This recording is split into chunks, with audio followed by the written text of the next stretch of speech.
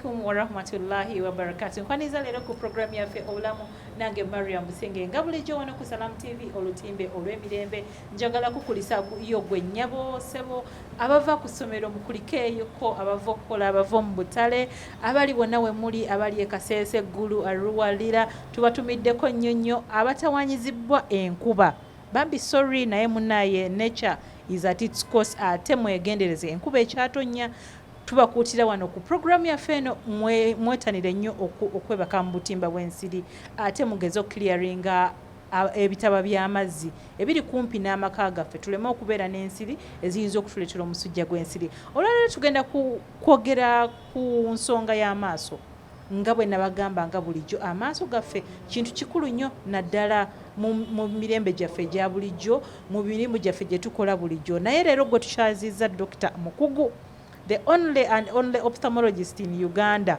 tuyinza okuba nga tulinayo nga basatu oba babiri naye omu ku bo gwe tukyazizza olwaleero katubuuzeeko atubulire leero kiki kyagenda okutusomesa Dr. Assalamu alaikum wa rahmatullahi wa barakatuh. Alaikum salam wa rahmatullahi wa barakatuh. Buuzaako abatulaba. Mwenna abatulaba era nga mutuwuliriza kantwala omukisa guno babuuzaako n'okubalamusaako n'ekiramuso ekyasize okuba ekirungi. Assalamu alaikum wa rahmatullahi wa barakatuh. Wa alaikum salam wa rahmatullahi wa barakatuh. Tubulire leero abantu ndowooza bakumanyi oba bajjukiza amannya go? Amannya gange nsereka bamanyi naye okweyanjula kikulu nnyo. Weeyanjule. Oba omuntu nga gusoose okulaba puroguramu eno naye eriyo byemanyi nga bigibeerako nnyo ebyobulamu nga babeerako bulijjo. Amannya gange nze Dr. Kalinaki Abubakar nga ndi musawo omukugu w'amaaso na masters mu kulongoosa n'okujjanjaba amaaso era nga ndi musawo wano ku Diopter Eye Care Center era nga ndi musomesa lecturer mu university ensomesa n'ebyannakyewa nkola ebyannakyewa si ekyo kyokka ekitongole kiyitibwa Islamic Medical Association of Uganda ekibiina ekigatta abasiraamu abasawo mu Uganda yonna ndi omu ku bammemba ku executive committee era nga tukola obwannakyewa mu kitongole ekyo n'ebyala bingi nnyo. Ebyobwannakyewa ebyo n'emirimu emirala gy'okola tujja kuba tugitegeera oluvannyuma nyo tubuulire Dokita leero ogenda tusomesa ki? Nja kubona ku topic gyensuubira nti nkulu nnyo. Topic zesomesa ku TV ne ku radio tuzirowoozaako nnyo era tusuubira nti zigasa omuntu wa bulijjo naye nze ndi mukugu w'amaaso byensinga okutegeera ennyo temuli nsanako nga nsomesa ku byala byonna okuggyako ebyamaaso kubanga kati byentegeera. Bwe tuba twogera ku maaso twagala nnyo okubona ku topics oba ku ndwadde z'amaaso ezisinga okuziba abantu amaaso.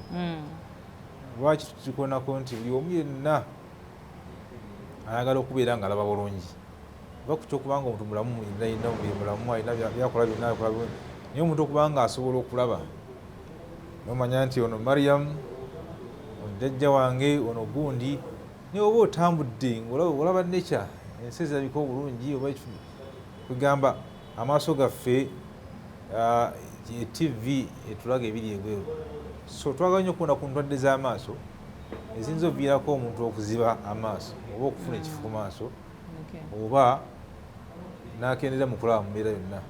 So puroguramu ezayita twakona ku ndwadde ez'enjawulo tukona ku nsenke leero njagadde tukone ku nsonga ya pressure y'amaaso naye nga twogera ku balwadde b'amaaso abalina advanced glaucoma abalina pressure y'amaaso oba obulwadde bwa glaucoma nga bukuze nga butuuse okuziba amaaso. Lwaki tubyogerako?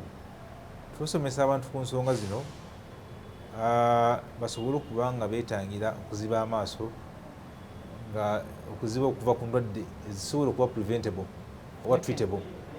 So glaucoma abatera okutambula naffe nabagamba nti it's the second leading cause of blindness.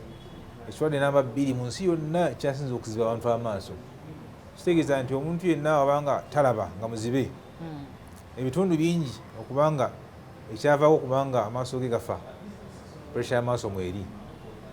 Nabagamba number 1 cause ekyasinze okuziba amaaso g'abantu mu nsi yonna worldwide ensenke cataract era ne bagamba nti cataract oba ensenke kirwadde kikosa akalooli k'omu maaso munda eri nekakwata ekifu notalaba bulungi bakoziba amaaso naye ensenke tebaga nti ensenke tugirongoosa oba tugyoza tunalaba bulungi nadda munalaba era ze tusinga okulongoosa mu nsi yonna ogugolinga mu Google n'obuuza nti kulongoosa ki okukyasinze okubeera commonest bajja gamba nti kulongoosa nsenke kubanga omusawo omunze nsobola okulongoosa awadde 30 mu olunaku naye Dr. Soko mu kulongoosa okwo waliwo concern gye nafuna ne abantu nga bakomplaininga mumu bagamba temusobola kulongoosa maaso abiri ate go nga tetunnabagenda wala nnyo is it true mbu tosobola bwemanga nina ensenke eno n'eno nga nvudde ekabaale nzize wano ewandegeya ewuwe Kampala mugiyita Kampala twali tukiyita kibuga kya Jennifer Musisoba kati kyani mba nina okudda n'enzirayo so obuuzizza nti okulongoosa amaaso abiri omundi gumu yes nina ensenke eno n'ensenke eno amaaso gandi galaba mwina abatuwuliriza ensonga nkulu naye njagala bagamba nti kisobokera ddala okulongoosa amaaso abiri in one sitting mu lutuula lumu nenongoosa lino nenzira kuli era nkikola naye tetukyenkareginga nnyo okuggyako ngaembeera yabuwaze nnyo oyo abajulidde ku mwadimitinga olw'ensonga nti ensenke si emergency nti otagirongoosa ogenda kufa nedda kaakati lwaki tulongoosa amaaso abiri omundi gumu olw'ensonga nti tutya okufuna repercussions oba complications eziyinza okuva ku kulongoosa amaaso abiri ekyokulabirako nga kiri very rare tekimala galabika nze mu practice yange sikifunako naye tukitya ekyomuntu okufuna infection mu liiso ng'evudde kubanga tumulongosezza kati wali yaffe gye tukyasinze okutya ate nga twegendereza nnyo kukuma obuyonjo oba asepsis oba aseptic technique okwewala obuwuka obusirikiti okuyingira mu liiso nga tulongoosa so tutyamu nti singa olongoosa nofuna infection mu liiso lino naye nofuna infection yemu omuntu yaba agenda kuzibya ddala amaaso makakasa nti kiri rare tekimala galabika sikifunako nze naye tugamba nti olw'ensonga nti si emergency teri nsonga lwaki nongoosa amaaso abiri omundi gumu so omuntu mugamba katukoka erimu leero enkya tukole ddala eyokubiri eyo clarity tugifunye omulabi waffe omulungi ali ku Salam TV tuddeyo ku pressure w'amaaso oba kye bayita glaucoma obadde otunyonyeramu mu bufunzefunze ekireeta what is glaucoma ng'orankinga glaucoma nga second leading causing blindness tubulye ki ekireeta glaucoma nga sinabagamba kikireeta ye number one cause of irreversible blindness endwadde y'amaaso eziba amaaso naye nga egaba gazibye tosobola kugazzangulu gaziba bukulu wegaziba ogalagajja ne gaziba negaa nti gazibye tosobola gazzaawo ye glaucoma ne bwoba nga oteekako contacts era njagala bagamba nti abadde baffe bangi bajja ne bamuwa advise kasita nkusanga ng'olina glaucoma w'amaaso nkugamba nti gwe mulwadde wa lubeerera olina okubeera in our care throughout your life okusigala nga amaaso gakola ki galaba bulungi olw'ensonga nti glaucoma taluma abasinga bakitwala batyo agenda okudda nga gazibye nanga ati musawo baako kyokolawo naye nga wamugamba kati lwaki twagala kikikonaku leero twagala bategeeza nti bannange endwadde eri serious ate mweri mu bantu it is common in people tugende ekibuzo kyobuuzizza ki ekibaako glaucoma pressure y'amaaso ba glaucoma nga sinagenda mu maaso pressure y'amaaso bwebanga eri waggulu above 20 ngeri waggulu wa 2 eriyo pressure y'omubiri gwonna newayo pressure y'amaaso byeyawulidde tumanye ey'omubiri ereetebwa emisuwa kati mu maaso eno kati ey'omu maaso amaaso gaffe galina amazzi agatambula gatondebwa ne gafuluma emigaso gyago y'amazzi ago sigira amaziga gali kungulu gali mu ndeeri bagita potassium. Amazzi ago gatondebwa ne galeeta ebirungo mu liiso munda muli eri ne gafulumya obukyafu n'ebirala bingi. Naye sisitimu egayingiza eri continuous egenda mu maaso naye galina okufuluma. Singa okufuluma kwago kuli slow oba kutono nnyo okusinga agayingira, pressure mu liiso yeeyongera.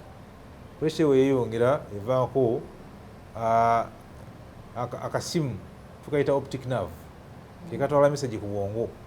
Ntera okulaga abantu kana akafaananyi bajja kukabasikira bulungi naye neiso ly'omuntu bwetyo lifaana someone's eye.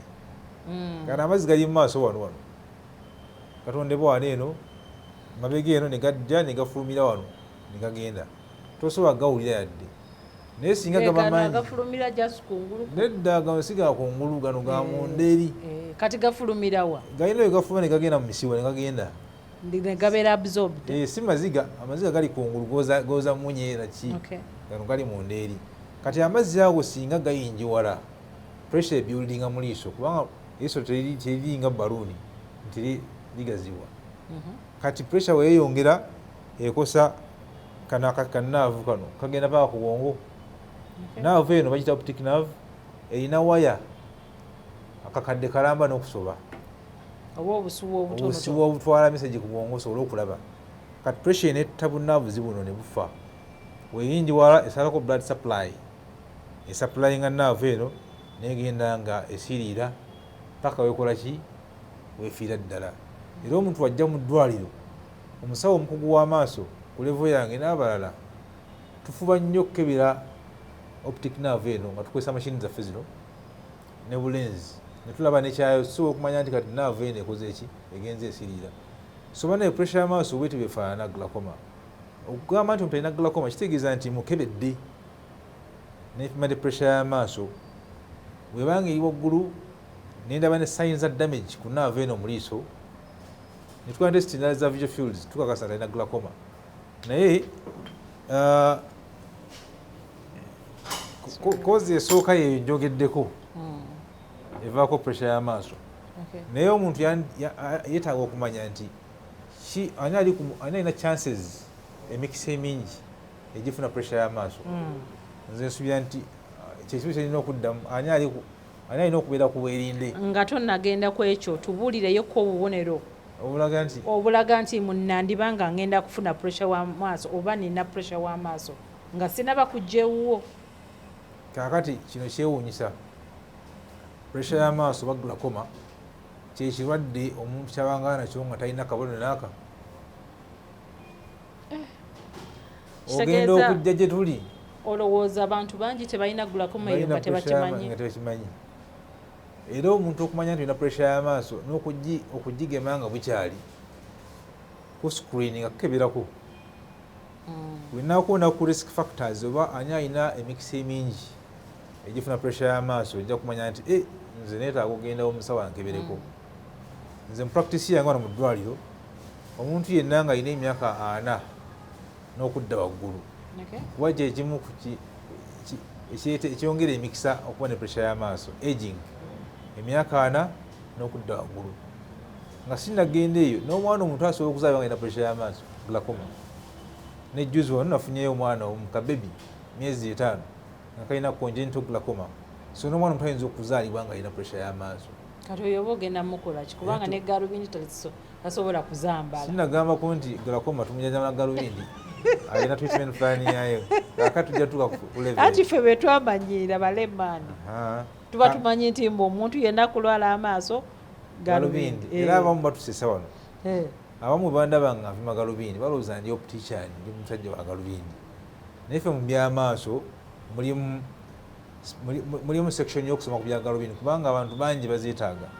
Naye nze siri optician ndi mukugu w'amaaso naye ne galubindi tuzikola ki tuzipima kuba oyinza okukebera omulwadde n'ogenda okumaliriza nga wa galubindi. Sobola gamba nti gende wagundi. Era mu practice yaffe tugaba ne galubindi. Omuntu okumanya talina pressure y'amaaso tosobola kumanya paka nga pressure essa amaaso. Tewali pain. Glaucoma alina ebika bingi naye commonest ekisinga okuba ekyamaanyi ekiri common mu Africa wano toba na pain yadde n'aka era olaba bulungi naye nga okulabako kugenda kufa mpolampola okuva mu sides jikira omuntu oba olaba mu maaso bwoti kyotunuulire kyossaako ennyo ebirowoozo kati sharp vision eyo central vision ye bekyali intact eba nnungi paka nga ofunye advanced glaucoma kati ku scale ya 360 omuntu bw'aba alwadde glaucoma aba akendeera to what angle okusinziira ku diguli ya glaucoma oba stage ava naye teteyalina 360 zibanga like ebeera 180 170 kati diguli yene egenda efunda bweti alina advanced glaucoma ayinza n'okuba ne 5 degrees of vision. Serious? 5 degrees kati abatalaba katubwe kati oyo n'okutambula tasobola kutambula kubanga abanga alabira mu kapipe manyi kukwata obuseke bubiri n'obusa mu maaso bwoti nga mulabira buno obunywa soda eri omuntu nga alina stage ya glaucoma nga bwati bwafa tasobola na kutambula mu bantu ebintu abatumya bitumire kubanga vision eno olaba bwoti naye omuntu agenda okuba ku stage eyo nga amazina glaucoma emyaka nga 5 ku 10 kitegeeza ki nti omuntu osobola kumanya nti olina glaucoma paka nga either akuze nnyo ng'akussa amaaso oba nga bakuscreeninze omusawo n'agamba nti munywanyi nakyendabye naye oli wa mukisa ozze bukyali so ye glaucoma eri ebika bya glaucoma nga biri acute bijja mangu nga bijja ne pain naye tebiri common mu Africa no biri common mu Asians olw'amaaso gabe nti matini bakiyita ankylosing glaucoma kiri common abeeri awo omuntu afuna pain afuna nausea nga agala kusesema buli ssaawa afuna emmeeme ne pain y'amaanyi nnyo n'ekirala singa omuntu akubibwa ekintu ku liiso oba mu mupiira nga nekukuba eriiso oyinza ofuna bleeding mu liiso bleeding eyo neeta omusaayi ne guziyiza amazzi gali gembagambye okudraining okufuluma eriiso pressure nekola ki neyinjiwala pressure eyinjiwala eba so fast nti ofuna pain y'amaanyi oyo ayinza okumanya nti kati nina glaucoma naye nga avudde ku trauma injury naye abasigadde baba no pain alaba bulungi naye agenda afa vision mpolampola kakati bannange eyo glaucoma era tuba tusomesa abantu tubagamba nti glaucoma is a silent thief of our sight. Glaucoma kyekirwadde ekibba okulaba kwaffe kikubba bubbi oli ogenzeko bali bakubyeko essimu mu Kampala oba mu Kasawo banzibako lumu nga enkeera yidde nga ndi nakasero ngula mmere wagenda otuuka kanga tutalina simu yo neerabirawo awo wennyini naye omulanga yagisika nga mpulira wali owulira olese omubbi mulungi omubbi omulungi yakubbako omanya nga tomanyi nawe yakubidde akusikako essimu nassaamu ekigundi mu nsawo namunange yalina bamubako laptop munsawo mu taxi oli laptop yagijjamu nassaamu ettaffaali kati oli asitula ensawo alaba ezitoba laptop mweri agenda otuuka ewaka okulaba kuwaakawo yali akola dissertation masters nga waka yenna ali kuli agenda otuuka ewaka nga mulimu ttaffaali kati omubbi oli awa silent thief aba mubbi wakyama nnyo osobola nakumanya ddiro yakubba glaucoma pressure y'amaaso bwetu efaanana nti otakola screening kukeberako ogenda okuzuukuka nga bakubba dda okulabaku kwagenda dda. Omulaba waffe omulungi ali ku Salam TV kyova laba tukkubirizanga bulijjo oyina okulaba omukugu akujjanjabe akukebere otegere kiddala ekikuluma. Tubakubirizanga bulijjo mulekerawo ogenda ku pharmacies oba ku bulwaliro obutonotono oba bu drug shops amaaso bwe gakuluma n'ogamba angule eye drop ebintu ebyo mubirekeraawo ebintu ebyo si birungi. So tubaleetera wano abakugu babasomese bababuulire ddala kiki kyoyina okubanga ogoberera okumakinga sure nti munnayo obulamu bwo bulungi naddala olwaleero essira tulitadde ku maaso. Dokita tubuulireyo ko ani ali ku bulabe obulwala glaucoma bwekitunuuliramuko kiki ekigenda okubeera nga kirabirwamu ani ali ku bulabe obulwala glaucoma ekyo ekibuuzo ogenda kukiddamu nga tuvudde mu commercial break kangendeko mu bulango bw'abakama bange tuva ku Salam TV.